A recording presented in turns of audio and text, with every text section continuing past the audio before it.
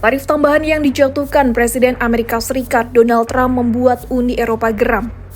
Komisi Eropa pun didesak untuk menyiapkan bazooka perdagangan jika Trump tidak menarik kembali ancaman tarifnya terhadap negara-negara benua biru ini. Trade bazooka adalah istilah yang merujuk pada instrumen anti-koersi blok tersebut. Instrumen itu dalam memberikan sanksi kepada individu atau lembaga yang terbukti memberikan tekanan yang tidak semestinya terhadap Uni Eropa.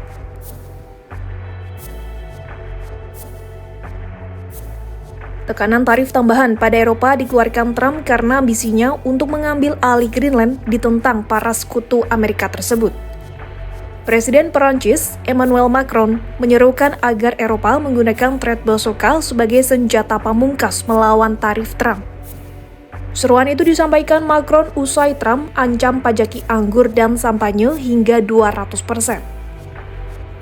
Melansir Politico, Rabu 21 Januari 2026, Jerman telah bergabung dengan Prancis untuk mendesak penggunaan instrumen dagang tersebut.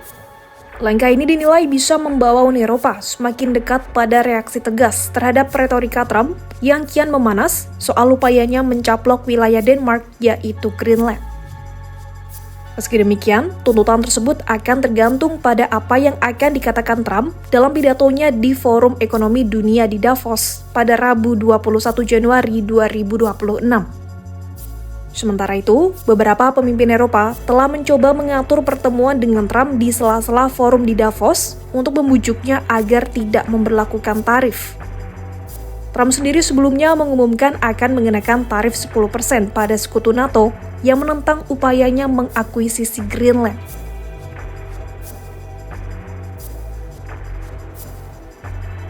Selain instrumen bazooka perdagangan, para pemimpin Eropa juga telah membahas penggunaan paket pembalasan sebelumnya yang akan mengenakan tarif pada ekspor AS senilai 93 miliar euro. Dua diplomat Uni Eropa mengindikasikan bahwa ada kemungkinan untuk mengenakan tarif terlebih dahulu, sementara Komisi Eropa menjalani proses yang lebih rumit untuk meluncurkan senjata perdagangan yang ampuh tersebut.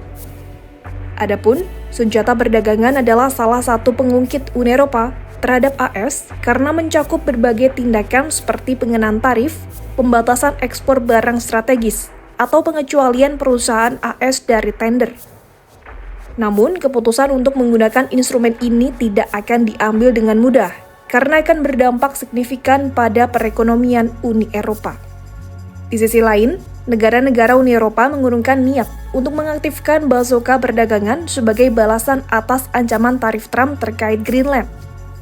Melansir Euronews, negara-negara anggota Uni Eropa ingin memprioritaskan dialog dan diplomasi dengan AS terlebih dahulu. Saat ini, Uni Eropa disebut tengah menahan diri untuk tak langsung memicu tindakan balasan terhadap Washington. Sumber diplomatik mengungkapkan, Komisi Eropa telah menyampaikan berbagai pilihan termasuk ACI dengan para duta besar yang mewakili negara-negara anggota terlibat dalam diskusi tanpa memberikan suara mendukung atau menentang pilihan apapun.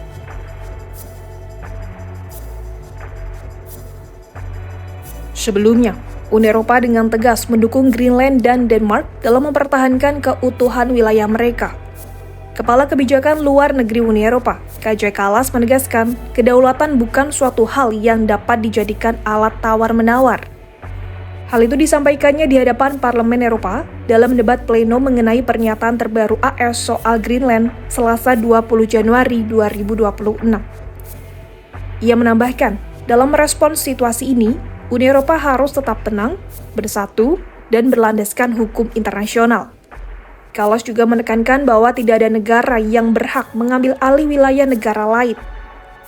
Menurutnya, pembahasan soal masa depan Greenland dilakukan langsung antara Denmark dan Greenland, serta tekanan atau ancaman dari pihak luar bersifat kontraproduktif. Lalu terkait ancaman tarif Trump kepada negara-negara Eropa, Kallas menilai langkah itu hanya berisiko membuat Eropa dan AS sama-sama menjadi lebih miskin, serta merusak kemakmuran bersama. Kawasan Arktik kini muncul sebagai garis depan baru dalam persaingan geostrategis. Seiring mencairnya es Arktik, Kallas memperingatkan akan meningkatnya risiko perluasan kehadiran Rusia dan Cina di wilayah tersebut. Oleh karena itu, Ia menyebut jika ada kekhawatiran mengenai keamanan Greenland, NATO adalah pihak yang tepat untuk menanganinya. Ia juga menggarisbawahi bahwa dalam sepekan terakhir, sejumlah negara Eropa telah mengirim personel militer dalam misi peninjauan ke Greenland.